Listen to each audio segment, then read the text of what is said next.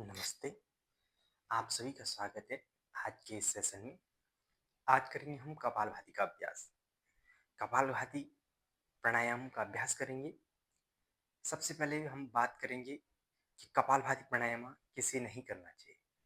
जिनका BP high रहता है, ब्लड प्रेशर हाई रहता है, तो उन्हें कपालभाति का अभ्यास नहीं करना चाहिए, या करते हैं तो एक कुशल योग प्रशिक्षक या डॉक्टर के परामर्श पे ही उन्हें कपालभाति का अभ्यास करना चाहिए। अन्यथा उन्हें कपालभाति अवॉइड करनी चाहिए। या किसी की इंजरी हुई हो या किसी को शल्य चिकित्सा ऑपरेशन हुआ हो तो उसमें भी अवॉइड करना चाहिए। तो इन लोगों को कपालभाति का अभ्यास नहीं करना चाहिए बेसिकली। तो कपालभाति से अब हम बात करते हैं कि कपालभाति के लाभ क्या है, बेनिफिट क्या है। तो कपालभाति से क्या होता है कि हमारे लंग्स की कैपेसिटी इंप्रूव होती है। लंग्स की कैपेसिटी इंप्रूव कैसे होती है कि जब हम डीप कपालभाति में हम डीप एक्सेल करते हैं तो लंग्स से पूरा एक्सेलेशन होता है। लंग्स से हमें फील होना चाहिए एक्सेलेशन। तो हमारी लंग्स की कैपेसिटी जो है इंप्रूव होती है कि जहाँ ऐसे स्थान जहाँ पे ऑक्सीजन की कम मात्रा भी होती है तो वहाँ पे भी आदमी सरवाइव कर सकता है, ताकि उसकी लंग्स की कैपेसिटी इतना इंप्रूव होनी चाहिए। तो बेसिकली जैसे स्पोर्ट्स पर्सन होते हैं, एथलेटिक्स होते हैं, तो उन्हें कपालभाति का अभ्यास करना चाहिए। वो कपालभाति के अभ्यास से देखेंगे कि उन्हें खेलते हुए कभी सांस से संबंधित कोई दिक्कत नहीं होगी, या अभी श्वास प्रश्वास से संबंधित, सांसों से ब्रेथिंग से संबंधित कोई भी डिजीज हो, अस्थमा हो, इसमें भी इसका अभ्यास किया जा सकता है धीरे धीरे। तो इस प्रकार के क्या है कि इस कपालभाति का लाभ है।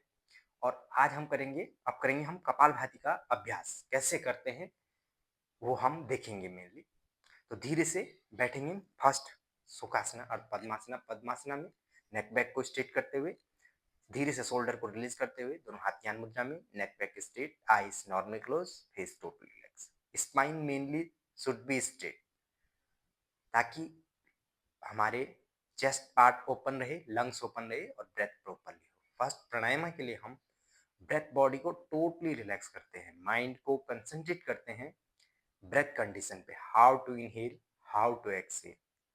During the pranayama totally mind concentrate on breath condition, external thought totally release. First normally breath, feel only breath. तो कपालभाति में बेसिकली करते क्या है, हमें डीप एक्सीलेशन करना है, हमें फोकस सिर्फ ध्यान हमें एक्सीलेशन का रखना है। डीप एक्सेल करने पे हमें ध्यान देना है। जैसे कि भस्त्रिका प्राणायाम होता है, तो भस्त्रिका प्राणायाम में हमें इनहेल पे भी फोकस करना होता है, एक्सेल पे भी। ये मेनली डिफरेंट है भस्त्रिका और कपालभाति में, कि हमें भस्त्रिका प्राणायाम में हम इनहेल पे भी फोकस करते हैं और एक्सेल पे भी।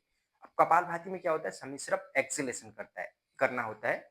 इनहेलेशन खुद ही होता है, जब इनहेल होगा तभी जाके एक्सेल होता है, लेकिन हमें फोकस एक्सेलेशन पे करना है सिर्फ। तो फर्स्ट अगेन हम बॉडी को रिलैक्स करते हैं विथ नॉर्मल ब्रीथिंग। धीरे से सपोर्ट के लिए हम अब आर्म को ऐसे रख सकते हैं। अब हमें डीप एक्सीलेशन करना है सिर्फ। डीप ब्रेथ फर्स्ट इनहेल करेंगे,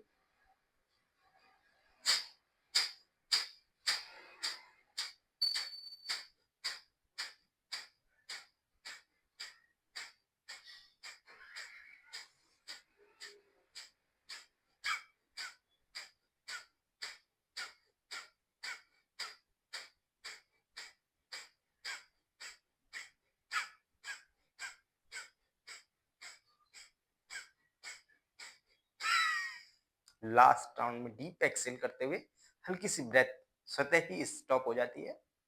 अगेन नॉर्मली ब्रेथ। कपालभाति का अभ्यास हम फर्स्ट राउंड में, मैंने तो अभी 50 स्टॉक किया है, आप स्टार्टिंग में 20 स्टॉक 30 स्टॉक से स्टार्ट कर सकते हैं। लेकिन हमें फर्स्ट राउंड में यदि हमने 50 स्टॉक किए हैं तो फर्स्ट राउंड का हाफ 25 या 30 स्टॉक, सेकेंड राउंड, और सेकेंड राउंड का हाफ हमें थर्ड राउंड में करना चाहिए, 15 या 10 सेकेंड मेनली, हाफ हाफ करते हुए सेकेंड राउंड। अब ब्रेथ बॉडी को फर्स्ट फर्स्ट राउंड में जो भी कपालभाति में ब्रेथ फास्ट होती है उसे पहले टोटली रिलैक्स करते हैं। अब धीरे से डीप ब्रेथ इनहेल करेंगे सेकेंड राउंड के लिए,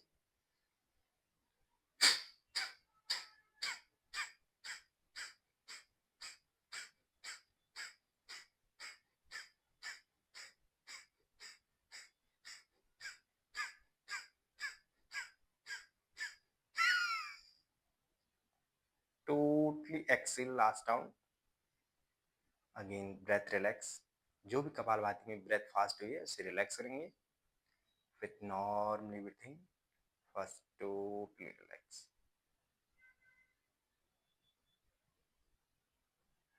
नॉर्मली ब्रीथिंग। धीरे से last down, deep breath, first inhale,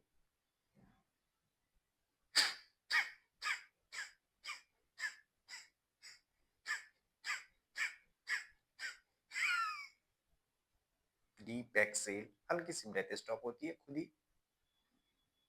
again relax. Kapalbhati में जो भी ब्रेथ फास्ट हुई है उसे रिलैक्स रहिए। कपालभाति में हमें पूरी एक्सेलेशन लंग्स से हमें ब्रेथ फील होनी चाहिए। Then totally relax. धीरे से हैंड्स अगेन ज्ञान मुद्रा में। प्राणायाम बस कपालभाति प्राणायाम में टोटली एक्सेल किया हमने नेगेटिव एनर्जी को। अगेन एक अच्छी क्वांटिटी में हमें पॉजिटिव एनर्जी ऑक्सीजन प्राप्त होगी। इसे रिलैक्स करते हुए धीरे से बॉडी ब्रेथ रिलैक्स, धीरे से आईज ओपन। तो आज ये था हमारा कपालभाति का सेशन। अब बेसिकली क्रम आता है कि प्राणायाम का क्रम क्या होना चाहिए, अभ्यास का क्रम क्या होना चाहिए। देखिए जैसे बेसिकली मैं करवाता हूँ तो एक दिन में 3 प्राणायाम का अभ्यास। 3 प्राणायाम, फर्स्ट फास्ट प्राणायाम, फास्ट बोले तो जैसे कपालभाति और भस्त्रिका में से एक प्राणायाम का अभ्यास किया।